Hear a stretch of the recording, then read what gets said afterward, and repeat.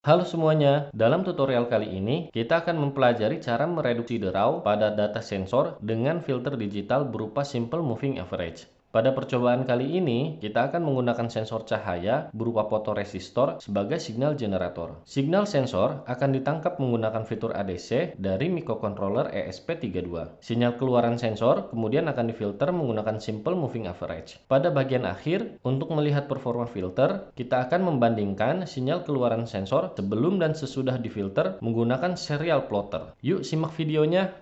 Halo kawan-kawan semua, kembali lagi di channel Thalestronic, channel yang berisi tentang video tutorial rangkaian sederhana. Jangan lupa like dan subscribe ya, agar channel ini terus berkembang. Terima kasih. Sinyal dan noise.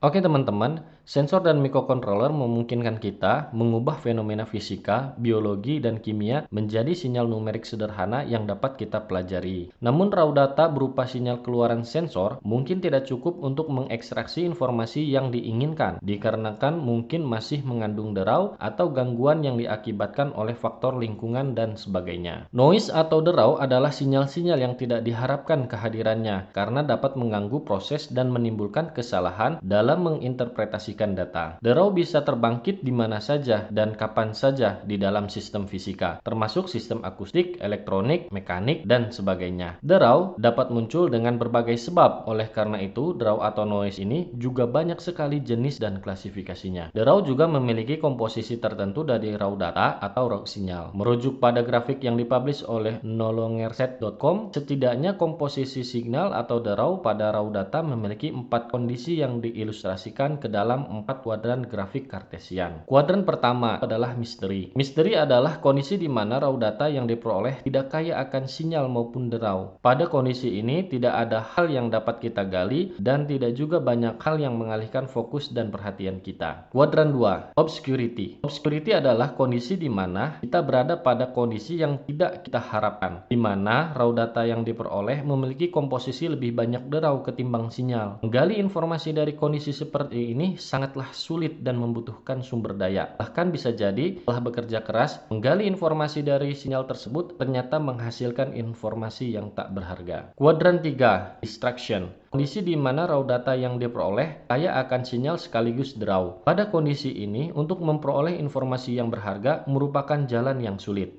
sebagai jalan ninjaku. Kemudian yang terakhir adalah kuadran keempat, yaitu adalah clarity, mana kondisi ini raw data yang diperoleh kaya akan sinyal dan rendah derau. Ini adalah kondisi yang kita semua harapkan. Ada banyak informasi yang berharga dengan sedikit hal yang mengalihkan fokus dan perhatian kita. Secara umum, derau dapat terjadi pada sinyal analog dan digital. Pada gambar sebelah kiri, ini adalah ilustrasi di mana sinyal analog bercampur dengan sinyal noise atau derau. Di sini kondisinya kita bisa lihat ya, sepertinya pattern dari analog sinyal utama itu masih terbentuk seperti sinyal sinusoidal. Dapat dikatakan bahwa derau yang terjadi mungkin pada level yang masih rendah. Sedangkan pada gambar yang kanan ini menunjukkan ilustrasi dari digital signal yang bercampur dengan noise, di mana terdapat ripple sinyal pada sinyal digital tersebut. Nah, dalam percobaan kali ini teman-teman, kita menggunakan sensor Light Dependent Resistor atau LDR untuk mendeteksi perubahan level cahaya dalam ruangan indoor. Saat mendeteksi level cahaya ruangan,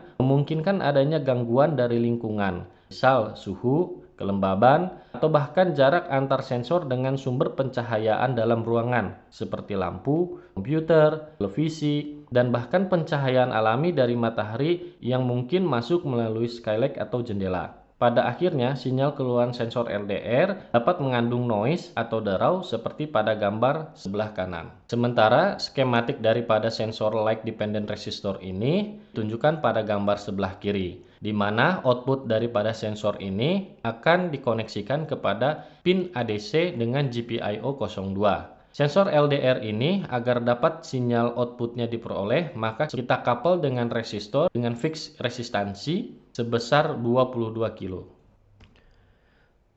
Moving Average Filter, definisi dan contoh program. Moving Average juga dikenal dengan berbagai istilah dan pengembangan. Dalam percobaan kali ini, kita akan menggunakan Moving Average berupa Simple Moving Average. Simple Moving Average adalah filter paling umum dalam DSP atau Digital Signal Processing, terutama karena filter digital ini mudah untuk dipahami dan diterapkan. Terlepas dari kesederhanaannya, Simple Moving Average optimal untuk mengurangi draw dari sinyal dalam domain waktu. Sesuai dengan namanya, Simple Moving Average beroperasi dengan merata-ratakan sejumlah titik dari sinyal input untuk menghasilkan setiap titik dalam sinyal output. Dalam bentuk persamaan matematika dituliskan sebagai berikut. YI sama dengan 1/M, sigma dimulai dari J sama dengan 0 hingga M-1 dari fungsi X, I plus J. Di mana XI adalah sinyal input berupa raw data sensor, sementara Y adalah sinyal yang telah difilter dan M adalah jumlah titik rata-rata atau yang dikenal dengan istilah Windows. Untuk memudahkan kita memahami mekanisme kerja dari moving average filter, ayo kita simak ilustrasi berikut ini. Pada moving average, sangat penting kita memahami istilah Windows dan pergerakan, di mana Windows ini berkolerasi dengan jumlah titik atau point sample yang akan dirata-ratakan. Sementara pergerakan merupakan Windows yang bergerak seperti yang bisa kita amati pada gambar ini. Mudah kan? Jadi ini adalah mekanisme sederhana dari simple moving average filter. Kemudian, setelah kita memahami mekanisme tersebut, berikut adalah coding moving average filter yang dibangun menggunakan Arduino IDE 2.0.3, di mana sensor fotoresistor dihubungkan ke pin ADC SP32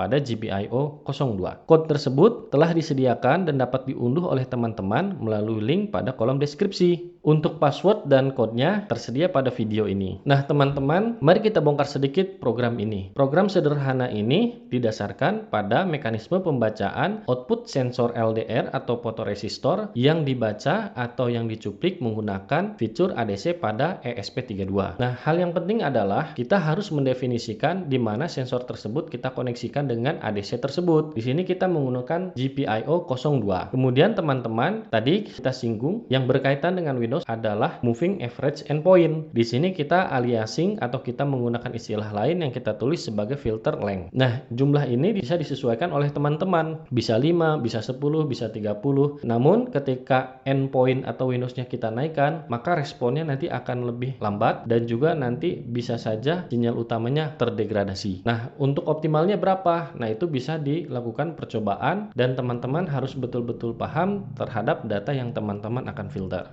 Nah, di sini kita akan jumping penjelasannya kepada sebuah fungsi yang telah kita buat yang bernama moving average, di mana fungsi ini bisa kita panggil untuk melakukan smoothing atau melakukan filter terhadap data raw. Nah, teman-teman bisa ikuti dari awal sampai akhir program ini, dan program ini bisa teman-teman download pada link yang telah kita sediakan pada kolom deskripsi. Oke teman-teman, berikut adalah password dan tata cara kita untuk mengekstrak file dari code moving average filter. Silahkan dicoba. Jangan lupa download terlebih dahulu ya di link deskripsi.